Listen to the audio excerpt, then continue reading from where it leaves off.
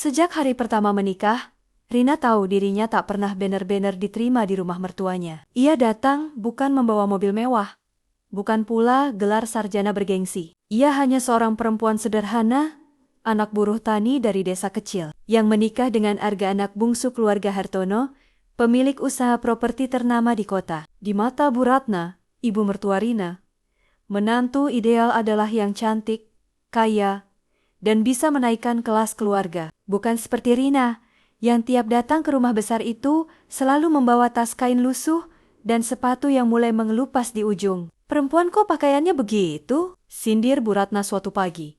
Sengaja cukup keras, agar Rina mendengar. Sudah jadi istri orang berada, harusnya bisa menyesuaikan diri. Rina hanya tersenyum tipis, menunduk. "Iya Bu, maaf." Di ruang tamu, kakak ipar-iparnya ikut tertawa kecil. "Kasihan ya Ma, Arga kan bisa dapat yang lebih pantas." Arga mengepalkan tangan, tapi Rina menyentuh lengannya pelan. "Sudah," bisiknya. "Aku nggak apa-apa." Padahal hatinya perih.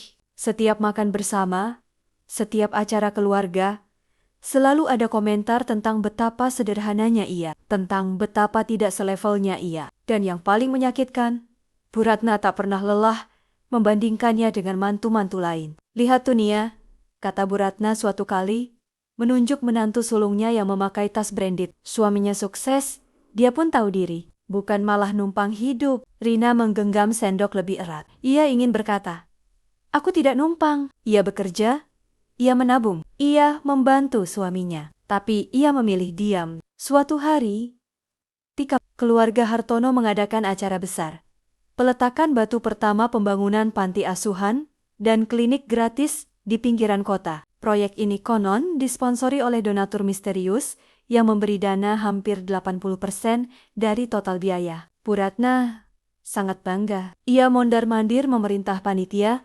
memamerkan koneksi keluarganya. Donatur utamanya orang penting, katanya ke tamu-tamu. "Investor besar, teman lama keluarga kami." Rina datang lebih awal, membantu menata kursi dan membagikan minuman. Ia mengenakan gamis polos warna krem tanpa perhiasan.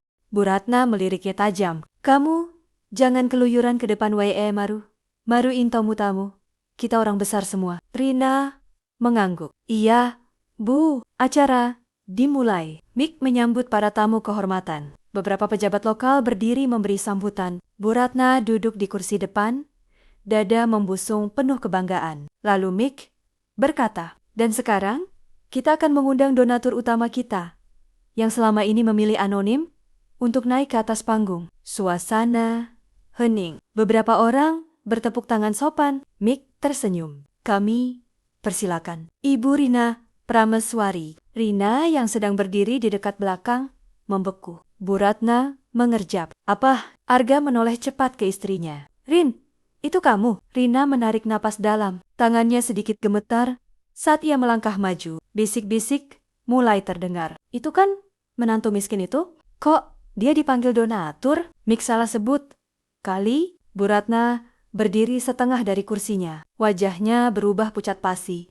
Rina naik ke panggung. Ia menerima mikrofon dengan senyum kecil. "Terima kasih," katanya lembut. "Maaf selama ini saya memilih anonim. Bukan karena saya ingin menyembunyikan apa-apa, tapi karena saya ingin niat saya tetap sederhana." Ia menoleh ke arah para tamu. "Dana pembangunan panti asuhan dan klinik ini berasal dari usaha kecil yang saya rintis sejak sebelum menikah. Usaha online yang mungkin terlihat sepele, tapi alhamdulillah Allah memberi rezeki lebih." Ruangan sunyi. Bu Ratna terhuyung, duduk kembali. Tangannya gemetar memegang tas mahalnya. Rina melanjutkan, "Saya hanya ingin membantu anak-anak yang nasibnya mirip saya dulu, yang tidak punya banyak, tapi punya mimpi." Tepuk tangan mulai terdengar. Pelan, lalu semakin ramai. Bu Ratna menatap Rina dengan mata membesar. Semua hinaan yang pernah ia ucapkan seolah berputar di kepalanya. Perempuan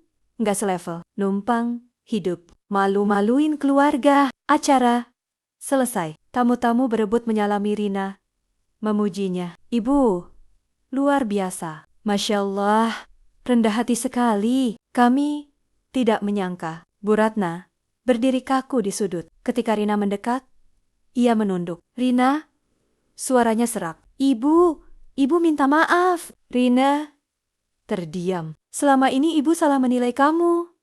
Lanjut Bu Ratna.